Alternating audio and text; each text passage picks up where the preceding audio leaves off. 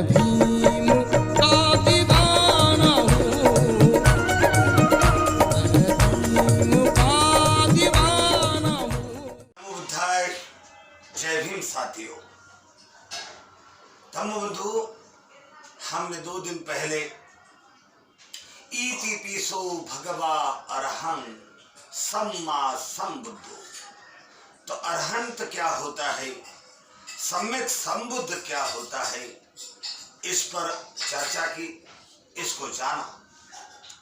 कल के एपिसोड में हमने विद्याचरण संपन्नो यानी विद्या क्या होती है और चरण क्या होते हैं, तो इसमें हमने 8 प्रकार की विद्याओं के बारे में जाना और हमने 15 प्रकार के चरणों के बारे में जाना। साथियों, इसी धम्म वंदना की, बुद्ध वंदना की पंक्ति को आगे पढ़ते हुए, इसे जानते हुए, इसके एक एक अर्थ को समझते हुए हम आगे बढ़ेंगे। तो आज हम इसी पंक्ति इति पीतो भगवारहं सम्मा संबुद्धो विद्याचरण संपन्नो सुगतो लोकविदु। तो आज हम जानेंगे सुगतो लोकविदु क्या होता है। तो धम्मबंधु, सुगतो से स्पष्ट है कि जिसे सुगति प्राप्त हुई है, ऐसा व्यक्ति सुगत है।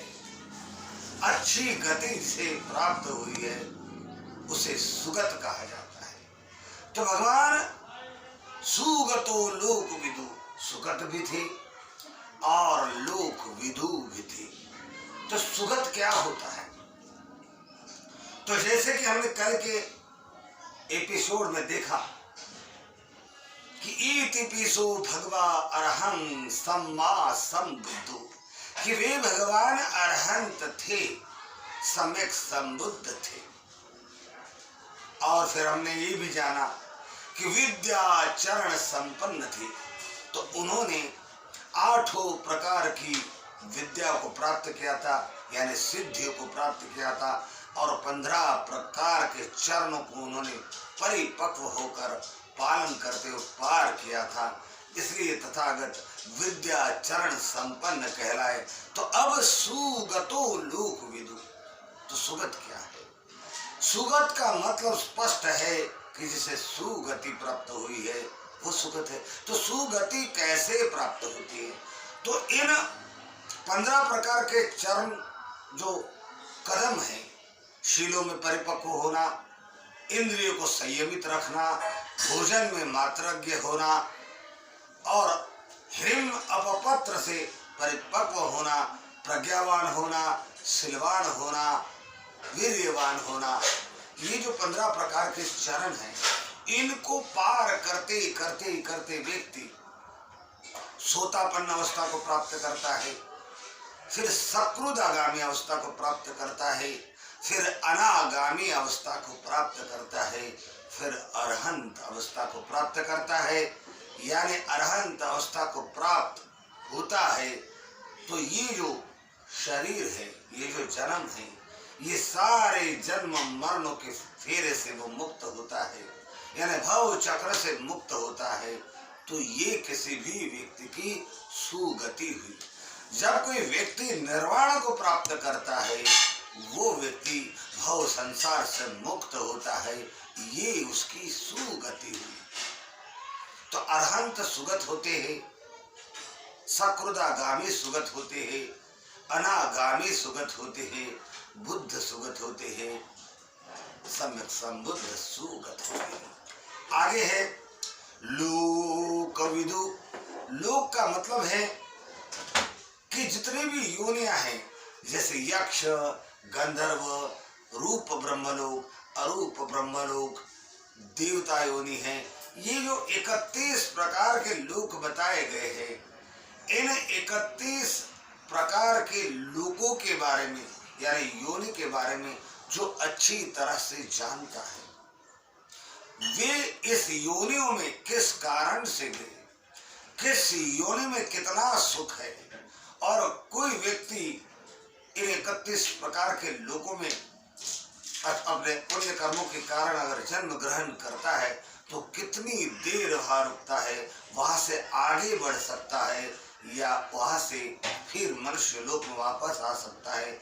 ये सारी जानकारी लोकविदु यानी लोगों के बारे में जानने वाला यानी लोकविदु।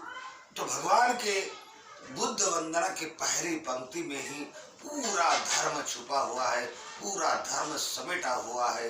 इति पीसो भगवान अरहंत, वो भगवान कैसे थे, तो वे भगवान अरहंत थे।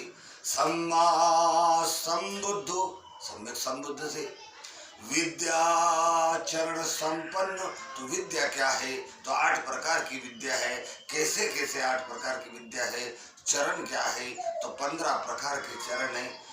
सुगतो लोकविदु, तो सुगतो होना यानी क्या होना, सुखी होना, कल्याण जिसका हो जाता है, जो इन भव संसार से मुक्त हो जाता है, वो सुगत है।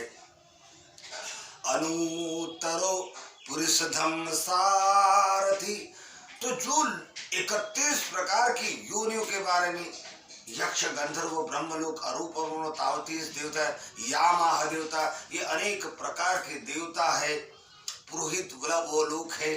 इन योनि के बारे में जिसे संपूर्ण जानकारी है, जो रिद्धि सिद्धि से परिपूर्ण है, जो चरणों से परिपूर्ण है, 8 विद्याओं से परिपूर्ण है, जो अरहंत है, सम्यक संबुद्ध है, ऐसा व्यक्ति अनुत्तरो पुरुष धम्म सारथी अनुत्तर है।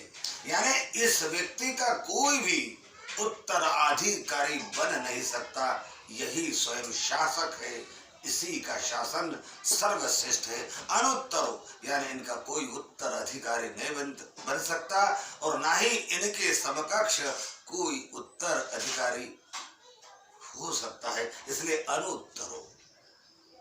अनुत्तरो पुरुष धम्म सारथी, देवताओं और मनुष्य को जो मुक्ति का मार्ग प्रशस्त करते हैं, मार्गदर्शन करते हैं, भव चक्र से मुक्ति मिले, इसमें वो मदद रूप बनते हैं, सहायक बनते हैं। इसलिए तथागत को अनुत्तरो पुरुष धम्म सारथी भी कहा गया।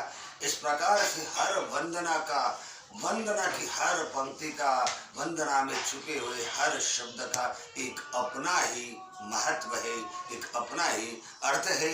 तो हम भी कदम कदम धर्म की जानकारी प्राप्त किया करेंगे और धर्म में श्रद्धावान बनकर आचरणशील उपासक बनने का भरपूर प्रयास करेंगे। और इसीलिए हमारा यह प्रयास है।